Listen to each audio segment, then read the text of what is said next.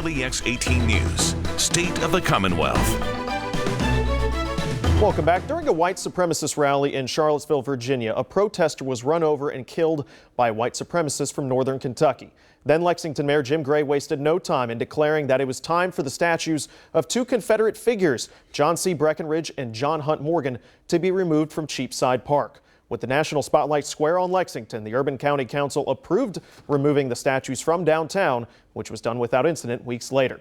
That is where we begin as we welcome Adrian Wallace, chairman of the Kentucky NAACP Political Action Committee, Valeria Cummings-Swope, a former news anchor and reporter in Lexington, and Andres Cruz, editor and publisher of La Voz de Kentucky. Welcome, everybody. Thanks for joining us. Thanks for having us. And Adrian, we're going to start off with you. What did removing the statues from Cheapside and downtown Lexington symbolize to you? Progress. Right. I think that many folks that I spoke to felt that it was a rewriting of history, but in fact, it had been a rewriting of history to put the statues on our square in the first place.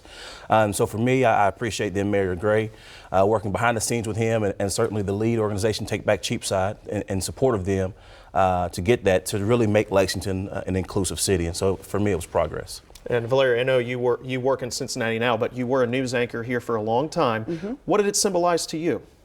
I think it symbolized a lot of different things.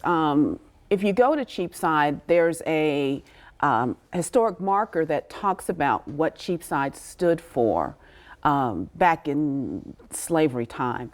And so to remove the markers changed a lot of things, but it still symbolizes a point that as far as where we've come, we still have a long way to go. There's still a lot of things that need to change and need to happen for progress to continue here in Lexington and far beyond Lexington. And you see that every day when you watch the news, when you read the newspaper, listen to the radio, you still hear about things that shouldn't be happening in 2019, but still are. And Andres, we'll use that as a jumping off point to talk about issues. You brought up immigration. To me is certainly one thing that you're concerned about, but there are other issues that you're concerned about.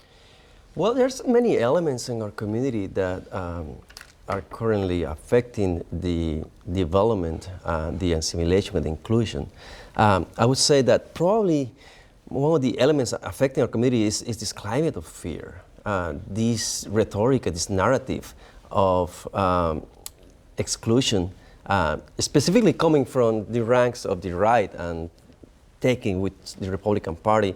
So I think coming into the elections, I think there is a sense of not only the policies that can come from the elected officials, but the climate that can develop from the upcoming elections. And what are ways that people could better understand the issues that you're addressing, specifically about immigration as well? I think there is a high level of misinformation of what this community is. First, though, we don't even have numbers of how many people are living in Kentucky. And well, we haven't, but people don't have knowledge of this population at all. We're only talking about 3% of the entire population, 145,000 immigrants in Kentucky. But with an incredible economic contribution to the state. So I think an element to really better ourselves is getting a better knowledge, better statistics of who is this community, what is the contribution that it has, and what is the negative aspect that this community can have in the state. I think if we can get better information on, who are our neighbors, I think we will give a step forward. And Adrian, what are some issues that, think about the election? We're just about 2.5 weeks away. What are some things that you would still like to see addressed, and what are you concerned about as you head to the polls? I think that we do a lot of work with the People's Campaign Community Network, and they have an initiative right now, Better Than Bevin. Now, the NAACP does not advocate for or against candidates. We advocate for issues. And the issues, healthcare, pensions, labor, public education, all those issues affect everybody. And as the NAACP, even though we are an association for the advancement of colored people, we advocate for all people. And so that being said, we need a governor who cares about people. Oftentimes he demonstrates that he doesn't understand, he doesn't listen, and he doesn't care. And so what we want to see is a governor who will do those things, who actually advocates for the people of Kentucky.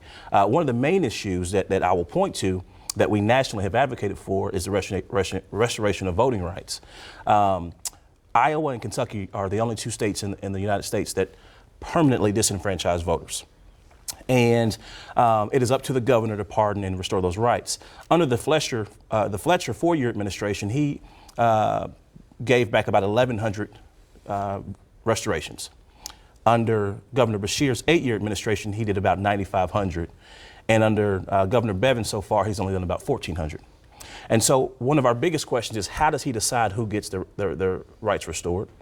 And why do they not inform those folks once they do? Because we have worked alongside the Secretary of State's office, and thus far, they don't even understand exactly how he comes to those determinations and then when they will inform those folks that their rights have been restored. And something else you have to look at is the fact that that's all part of the whole inclusive discussion. Whether you're Hispanic, whether you're African American, whether you're female, it's called being included. And a lot of people feel disenfranchised. They feel that they are not included, that they're not considered whole. And that's the big part. I always hear people saying now, it's time to be woke.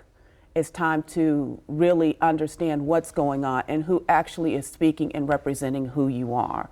And that's the big part, is that you have to understand who's really speaking for you and who really understands what you're facing. Whether you're a teacher, whether you're an administrator, whether you work for the government, who is actually speaking for you and representing you in all parts of your life. And that's the big part that people need to understand when they go to the polls. And Andres, we were talking about, as Valeria was talking about, it's important to know who you are electing, who is representing you. Do you feel like there is thought about the Hispanic community at the city or at the state level? I would say that I'm really impressed with Lexington, actually, with the mayor. Not only Jim Gray, I think some other mayors, except Newberry, which I will have to keep my opinion. It's been very inclusive. I mean, I think they have tried from many aspects to have a city that is inclusive of all immigrants. We see more negative aspects coming from the state level and the federal level, but I think Lexington itself and the city of Lexington has done an effort for years to include immigrants. And we can go, from the cultural aspects, for example, the development of the Latino Festival, for example, which is a huge contribution to downtown, the training of the police force to be bilingual and be bicultural, and understanding what was the issues that this new community was navigating in the city, as examples of those. Social services, for example, Global Lexington, which is a function to integrate and develop relationships with the immigrant community and different markets. So I would say that at the city level, they have done a good effort to be inclusive. We can understand also issues of political capital. I mean, we don't have a large amount of voters that can really have representation at the state level. So there is a sense that we don't have representation at that level, but I think we don't have the level of voters to really claim that representation at the state level. Okay, and moving forward, Lexington, where can we move forward in terms of continuing to build an inclusive community for everybody, not just African Americans, not just for Hispanics, but for everybody, including the whole community? For me, I'm glad you mentioned the Mayor's International Advisory Committee. I'm honored to serve on that as of just recently. And that's one of the things that we have to learn. I know what impacts me, but what does impact my Hispanic brothers and sisters? What impacts the refugee community, because we have a very large community. This is the first year that our Fayette County Public Schools is a majority minority. Right? We know that across our nation it's becoming more diverse, and so we have got to have diverse representation. We need folks represented on the city council and our mayor's office. And so I think that's one of those things that we have to do more to learn and listen. But then also I can say from a standpoint of economic inclusion, we still don't have the diverse participation that we need. And I think that economic inclusion is one of my largest priorities for our city. Valeria, same question to you. I have to agree with you. I think economic inclusion is a big part. Working now for the city of Cincinnati, I get to see what economic inclusion can do for small businesses, and that you can divide the pie and everybody still eat from the pie and get full. And so I think that's a major step that Lexington can make in doing that, being more inclusive when it comes to business opportunities, and instead of wishful thinking, actually being able to put that into play and making that happen. And I'm seeing that more and more because of the relationship that we have in what I like to consider the triangle between Cincinnati, Lexington, and Louisville. Because we're right there together, we work more together.